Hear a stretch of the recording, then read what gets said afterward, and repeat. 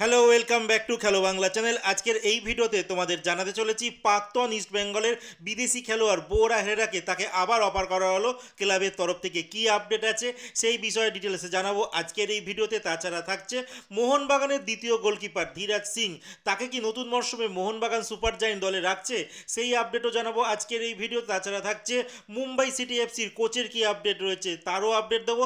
আর থাকছে ইস্ট বেঙ্গলের নিশু কুমার, তিনি কি পরবর্তী মরশুমে ইস্ট বেঙ্গল দলে থাকবে, সমস্ত খবর এক এক করে বলবো। তার আগে প্রতিদিনের মতো বলবো খেলার আপডেট খবর পাওয়ার জন্য আমাদের চ্যানেলটিকে সাবস্ক্রাইব করতে একদম ভুলো না। তো চলো শুরু করা যাক আজকের প্রথম খবর।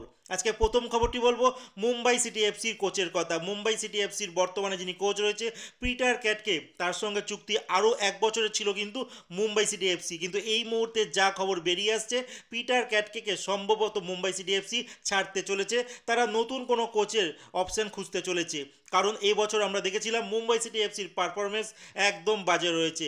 কি সুপার কাপ কি আইএসএল সমস্ত প্ল্যাটফর্মে কিন্তু মুম্বাই সিটি এফসি ভালো পারফরমেন্স করতে পারেনি, যার জন্য তাদের বর্তমান কোচ পিটার ক্যাটকে কিন্তু ছাঁটাই করতে চলেছে। এরপরে যে খবরটি বলবো ধীরাজ সিং এর কথা। ধীরাজ সিং একজন মোহনবাগানের দ্বিতীয় চয়েস গোলকিপার, কিন্তু আমরা দেখতে পেয়েছিলাম সুপার কাপে বাজে পারফরমেন্স করেছে এই ধীরাজ সিং। আর এই ধীরাজ সিংয়ের জন্যই বলা হচ্ছে গোয়ার কাছে মোহনবাগান দল হেরে গেছে তার বাজে গোলকিপিংয়ের জন্য। আর এই মুহূর্তেই 24 বছর বয়সী এই খেলোয়াড়টির সঙ্গে মোহনবাগান সুপার জায়েন্টের 31শে মে 2025 সাল, মানে এই মে মাসেই কিন্তু তার কন্ট্যাক্ট শেষ হয়ে যাচ্ছে মোহনবাগানের সঙ্গে। আর মোহনবাগান দল চাইছে না এই ধীরাজ সিংকে, তারা চাইছে নতুন কোনো গোলকিপার, সেকেন্ড গোলকিপার হিসেবে। তাদের প্রাইমারি মানে প্রথম গোলকিপার কিন্তু বিশাল কাইত, এবার সেকেন্ড গোলকিপার অনেক দিন ধরেই ভালো চাইছিল একটা, বাট ধীরাজ সিং সেই পারফরমেন্স দিতে পারে, যার জন্য ধীরাজ সিংকে সম্ভবত মোহনবাগান তরফ থেকে আর রিটেন করা হচ্ছে না। এরপর দ্বিতীয় যে খবরটি দেবো সেটা হচ্ছে নিশু কুমারের কথা। নিশু কুমার ইস্ট বেঙ্গলের লাস্ট কয়েকটা বছর খেলেছে, মোটামুটি একটা পারফরমেন্স করেছে। এবছরে দেখেছিলাম প্রথম দিকে চোটগ্রস্ত ছিল, তারপরও এসছে যখন মোটের উপর একটা ভালো পারফরমেন্স দিয়েছে এই নিশু কুমার।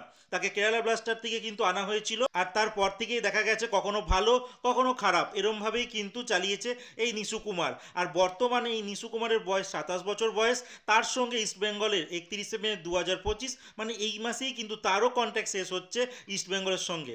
আর এইবার যা খবর পাওয়া যাচ্ছে ইস্ট বেঙ্গল কিন্তু নিশু কুমারকে দলে আর রাখতে চাইছে না, তার কাছে উড়িষ্যা এফসি থেকে কিন্তু একটা বড় অফার রয়েছে, তাছাড়া আইএসএলের আরও দুখানা দলের অফার রয়েছে।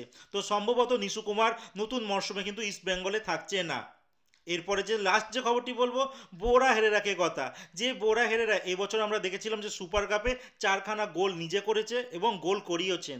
লাস্ট ইয়ার কিন্তু যখন তিনি ইস্ট বেঙ্গলে ছিলেন তখনও কিন্তু তিনি সুপার কাপ জিতেছিলেন, আর এবার তিনি এফসি গোয়ার হয়েও কিন্তু সুপার কাপ জিতলেন। তো বলা যেতেই পারে বোরা হেরেরা সুপার কাপ যেন একটা সঙ্গী। আর এই খেলোয়াড়টির সঙ্গে এফসি গোয়ার কিন্তু এবছরই কিন্তু কন্ট্যাক্ট শেষ হয়ে যাচ্ছে। 31শে মে 2025 সাল তার কিন্তু কন্ট্যাক্ট শেষ হয়ে যাচ্ছে। বর্তমানে তার বয়স 32 বছর।